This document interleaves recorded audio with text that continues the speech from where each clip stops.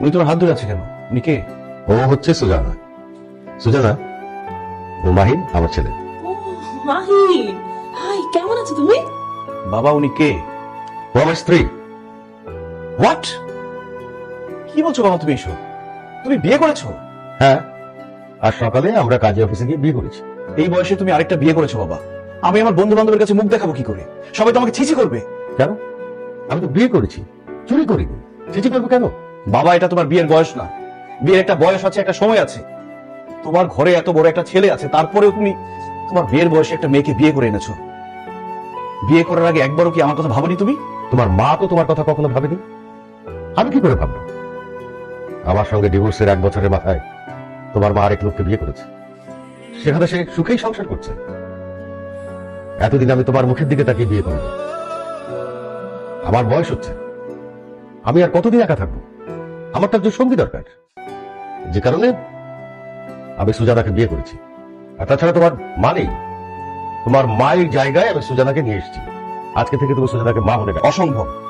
আমি বাইরে একটা মহিলাকে মা বলে ডাকবো না। এই ঘর, এই সংসার আমার মায়ের। আমার মায়ের জায়গায় আমি অন্য কাউকে অ্যালাউ করবো না। তুমি এক্ষুনি ওনাকে চলে যেতে বলো। বাহ, একেবারে মামা বাড়ির আবদার।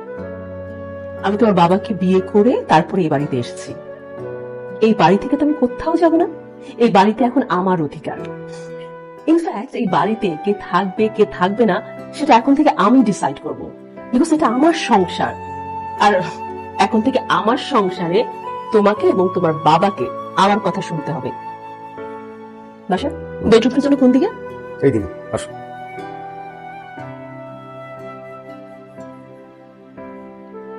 কি হয়েছে মাহিন?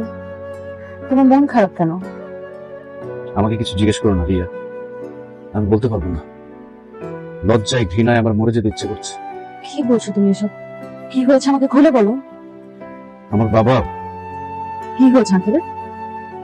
আমার বাবার একটা বিয়ে করেছে, সেই মহিলাকে বাসায় নিয়ে এসেছে। এখন আমাকে বলছে ওই মহিলাকে মা ডাকতে। তুমি বলো রিয়া, আমার তো মা আছে। আমার মা থাকতে কেন আমি অন্য মহিলাকে মা ডাকবো? যেই বাড়ির প্রত্যেকটা কোনায় কোনায় আমার মায়ের স্মৃতি, যে সংসারটা আমার মায়ের ছিল, সেই সংসারে অন্য একটা মহিলাকে আমি কোনোভাবে মেনে নিতে পারবো না। কষ্টে আমার বুকটা ফেটে যাচ্ছে। তুমি এক কাজ করো, আমাকে মেরে ফেলো রিয়া, আমার আর বেঁচে থাকতে ইচ্ছে করছে না। এসব তুমি কি বলছো? তোমার কিছু হয়ে গেলে আমি কি করে থাকবো? আমি তো তোমাকে ভালোবাসি। আমি জানি আমার অনেক কষ্ট হচ্ছে, কিন্তু বাস্তবতা তো মেনে নিতে হবে। আন্টি আঙ্কেলকে ছেড়ে অনেক আগেই চলে গেছে। উনি বা কতদিন একা থাকবে? ওনার তো একজন সঙ্গী দরকার। তাই তো তোমার ভাবতে